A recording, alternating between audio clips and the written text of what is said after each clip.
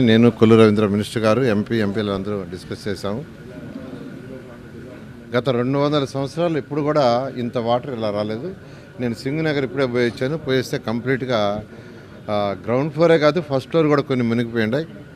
మేము కూడా ఆల్మోస్ట్ ఒక 4 అడుగుల వాటర్ లక్షలు తిరగడం జరిగింది. అయితే బోట్లు కావాలి ఇమీడియట్గా. దాని కలెక్టర్ గారితో మాట్లాడితే ఇన్ని బోట్లు కావాలంటే ఇప్పుడే ఆ కన్సర్న్ డిపార్ట్మెంట్ వాళ్ళతో మాట్లాడాం. పక్క జిల్లాల నుంచి కూడా బోట్లు తెప్పిస్తున్నారు. అదేవిధంగా ఫస్ట్ ఇమీడియట్గా ఫుడ్, ఎందుకంటే నేను ఇప్పుడు తిరిగిన దగ్గర ఫుడ్ తిన్నారా, బ్రేక్ఫాస్ట్ చేశారంటే ఏమీ లేదు సార్ అన్నారు. వెంటనే అన్నా క్యాంటీన్స్ వాళ్ళకి యాక్చువల్గా ఫోన్ చేసి 1,00,000 ప్యాకెట్లు 1,00,000 మందికి సరిపడేటట్టుగా లంచ్ డిన్నర్ లంచ్కి 1,00,000 డిన్నర్కి ఏర్పాటు చేయమన్నాను. 2 గంటలకల్లా వాళ్ళు రెడీ చేస్తామన్నారు. అవి ఇమీడియట్గా కలెక్టర్కి హ్యాండ్ ఓవర్ చేస్తారు. కలెక్టర్ వాళ్ళ దగ్గర ఉన్న మ్యాన్ పవర్తో అవసరమైతే ప్రజాప్రతినిధులను ఉపయోగించుకొని వాళ్ళని 2 o'clock నుంచి వాళ్ళకి యాక్చువల్గా సప్లై చేస్తారు.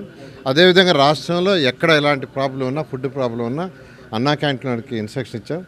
ఇమీడియట్గా సప్లై చేయమని కమిషన్ ఫాలోఅప్ చేసుకున్నాం. అయితే ఇప్పుడు అన్నిటికంటే ఇంపార్టెంట్ ఏంటంటే బోట్లు కావాలి. ఏదైతే బుడమేరు ఉందో బుడమేరు వాటర్ ఫ్లో వస్తూనే ఉంది. ఆ గేట్లు క్లోజ్ చేయడానికి అధికారులు ప్రయత్నిస్తున్నారు. ఇప్పుడు ఈఎన్సీ గారితోనూ కన్సర్న్ మినిస్టర్ గారితో కూడా మాట్లాడాను. ఆ గేట్లు క్లోజ్ చేయడానికి ప్రయత్నిస్తున్నారు. అక్కడక్కడ బీచ్లు పట్టడం వల్ల ఆ గేట్లు క్లోజ్ చేస్తే ఆ బీచ్లు ఇంకా పెద్ద అవుతాయో అనే ఉద్దేశంతో వాళ్ళు ఏం చేయాలనేది అధికారులందరూ కూర్చొని మాట్లాడుతున్నారు. ఒక అరగంటలో క్లారిటీ ఇస్తా ఉన్నారు. అది కానీ గేటు క్లోజ్ చేస్తే బుడమేరు వాటర్ ఫ్లో తగ్గి మనకు ఈరోజు విజయవాడ సిటీ మీద ఏదైతే ఓవర్ఫ్లో అయిపోయిందో అది తగ్గడం జరుగుతుంది. ఈ లోపల బోట్లను పెంచి ఎక్కడైతే లోపల ఇరుక్కొని ఉండారో వాళ్ళందరినీ బయటకు తీసుకొచ్చే విధంగా చేస్తాం.